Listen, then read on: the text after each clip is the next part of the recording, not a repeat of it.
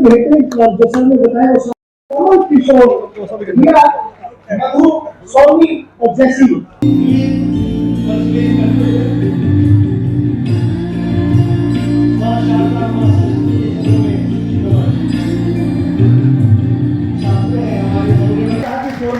हमारा प्रेम है सर आपके लिए और साथ में भाई साहब जिस तरह से अपनी जो पाकिस्तान के बीच जो उसको लेकर क्या गए। देखिए, जो कुकृत्य राक्षस प्रवृत्ति के लोगों ने किया उसका मुंह तोड़ जवाब देना भारत के लिए बहुत जरूरी था।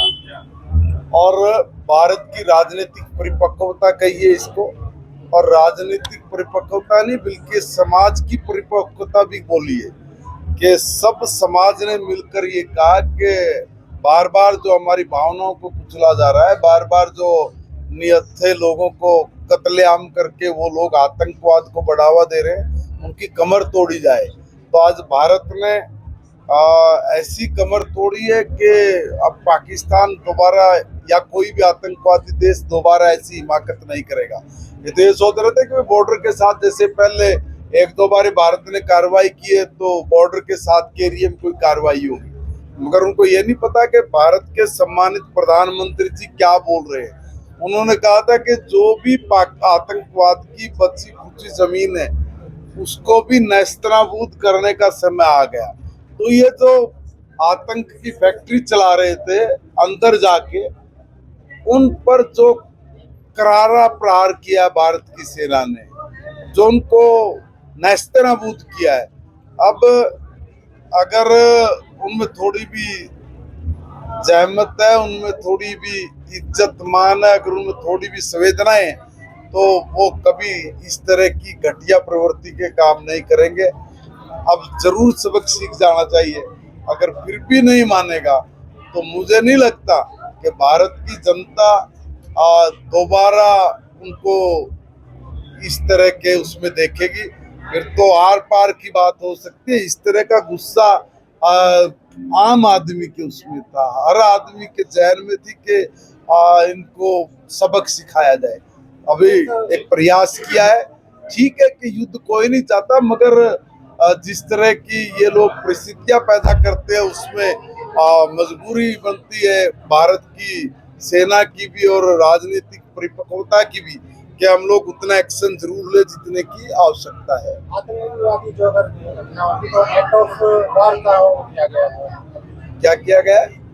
तो जो वार में किया जाएगा, किसी ने भी आतंकवादी घटना की उसको एक्ट ऑफ वार किया जाएगा। बिल्कुल होना चाहिए। देखिए, मेरी बात सुनिए, हम कह रहे हैं ना, बहुत सालों से भारत ने अपनी जन हानि को होते हुए देखा है, बहुत भावनाओं को कुचलते हुए देखा है, बहुत सारे हमने अपनी विरासत और संस्कृति को भी नेस्तनाबूद होते हुए देखा है।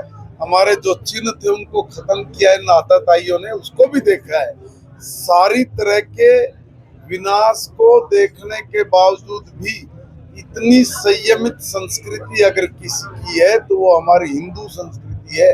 और हिंदू कोई धर्म नहीं, हिंदू जीवन जीने की एक पद्धति का नाम है। और ये पद्धति इतनी विकसित पद्धति है जिसमें सब कुछ समाहित है। इस पद संस्कृति से बाहर कुछ है ही नहीं। तो इतनी विराट संस्कृति का मालिक है हिंदुस्तान का एक एक व्यक्ति।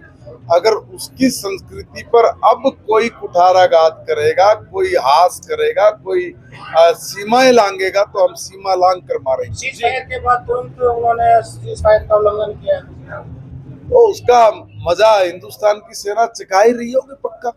लेकिन जो शिमला समझौता हुआ था उसमें ये बात थी कि भाई जो हमारे पाक और इंडिया के बीच में दूसरा देश नहीं आएगा। अमेरिका ने इस बार मध्यस्थता की है, क्योंकि मुख्यमंत्री रहते नरेंद्र मोदी ने कहा था कि बिचौलिया कौन होता है अमेरिका। देखिए, मैं एक बात बताऊं, अभी कोई मध्यस्थता की बात नहीं है। क्या मध्यस्थता हुई? कोई बीच में कोई टेबल पे थोड़ी बैठा कोई आदमी। देखिए नहीं, देखिए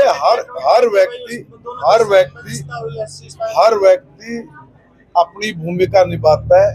भारत ने भी रूस यूक्रेन के अंदर अपना ट्वीट करके कहा था कि भाई हम लोग मध्यस्थता कर सकते हैं। हम लोग कहते हैं कि भाई युद्ध अच्छी चीज नहीं है, इसको बंद करिए। हर देश का कोई भी दुनिया का बड़ा नेता जब भी इस तरह की परिस्थिति बनती है तो उसकी एक नैतिक और राजनीतिक और विदेश की जो नीति के अनुरूप भी उनका कर्तव्य बनता है कि वो इन चीजों को समाप्त करे। हम लोग कोई युद्ध के पक्षधर नहीं है, मगर मैंने कहा कि कोई हमारी संस्कृति मूल्य को हास करेगा, हमारे जन हानि पहुंचाएगा या हमारी जो विरासत है उसको कोई अटैक करेगा तो उसको छोड़ेंगे नहीं। जैसे आज सुकमा में पहुंचे हैं, कला प्रदर्शनी का भी आपने अवलोकन